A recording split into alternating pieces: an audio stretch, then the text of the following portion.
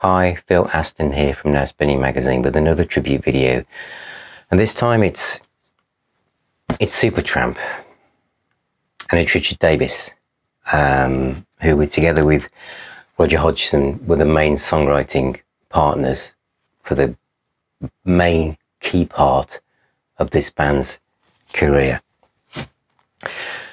I have just literally about 24 hours ago reviewed these half-speed masters of Crisis What Crisis and also Crime of the Century. I've just done that, and I was thinking maybe I should just redo that video, and I thought no, because that's a review of those albums, of these new releases. I thought this has got to be just a little bit separate to that, really.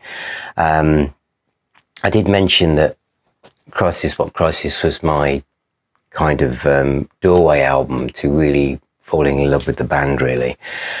Richard Davies has been ill for over 10 years, so he put on a very brave battle against cancer, and he's died at the age of 81, and he leaves behind a legacy of fantastic music.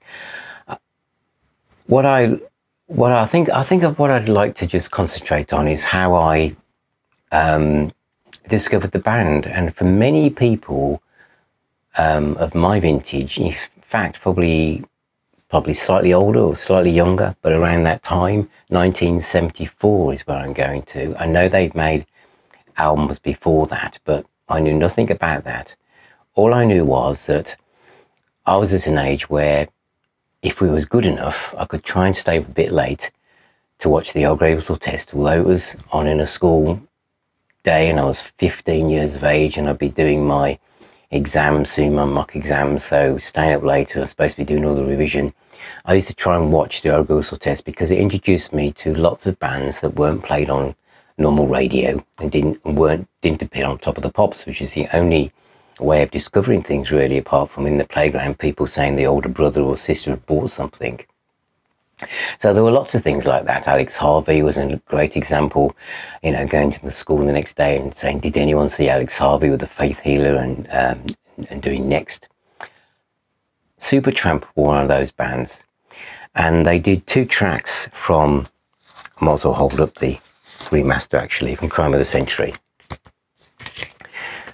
which is great, which I've reviewed separately, but this is the version to get, really, because it also has a gig from the Hammersmith Odeon from 1975, March the 9th. And they did 2 tracks. They did Dreamer and Bloody Well Right, which was the B-side of Dreamer. And Bloody Well Right had the word bloody in it, which was a bit edgy for being a school kid, a song with blood in it, and it was Bloody Well Right. It was about school, wasn't it? Although I just went to a normal comprehensive, but I didn't catch up on the fact it was about private schools or something. I just thought it was about school, so it was fine with me. And I love the track Dream. I love everything about it. They were kind of quite proggy, weren't they, at this point? And the other albums that I liked, Crisis What Crisis, my favourite, and obviously Crime of the Century, and also Even in the Quietest Moments is superb from 1977.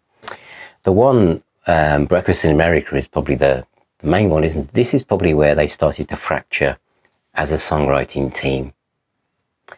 And I don't know the emotional aspects of this, but these are the 2 guys who together, although there was a bit of angst between them, they wrote some absolutely amazing music together. And I think anyone would say it wasn't quite the same when they kind of parted ways, and it right up to, I think, 2018, they were still having cool battles over the name and all sorts of things going on. But this period, let's just forget all of that, because this, I want to say, to Richard's family, well, all of the Supertramp family, really, but Richard's family especially, how much the music has meant to so many people and will continue to mean such a lot to so many people. And it feels weird to me, and sorry, I do have a pretty bad flu-y, coldy thing at the time of doing this, so I'm sorry if my voice is more husky or harder to understand than normal. But it just seems strange that I've been playing these two albums so much, and then now I'm doing a tribute video to Richard Davies, one of the key songwriters from the band. This album, Breakfast in America, is the one that most people know, and I think it was so popular at the time that I didn't buy it for a long time because everyone had it, and I was kind of how old was I? I was older than how I was when I heard the first stuff, but I kind of put off playing it for ages. I kind of felt I knew it all, and although that now it's one of those albums that kind of tests your stereo and has such great music on it. I do feel that even in the quietest moments is an album that I hope that gets half speed remastered, by the way. But yeah, Crime of the Century, because of those two songs and because of the Algorithm Test, and how adventurous the band were, and what a breakthrough album that was. I think everyone at school had it. It's one of those albums that people walked around the corridors in between the classes. You know, I might have been walking around with Black Sabbath, but so many people walked around with Crime of the Century. But this one, this is my original, which I bought from a shop in Sheldon near Solihull in 1975, when I was 16. The songs on here, the Soapbox Opera was really good, Another Man's Woman, but it was actually two songs.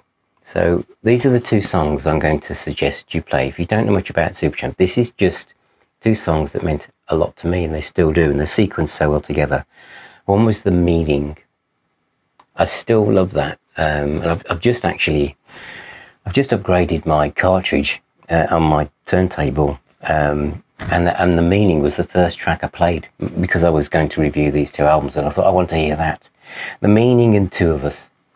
Those are the two songs that I'm going to play the most, I think, in a loop.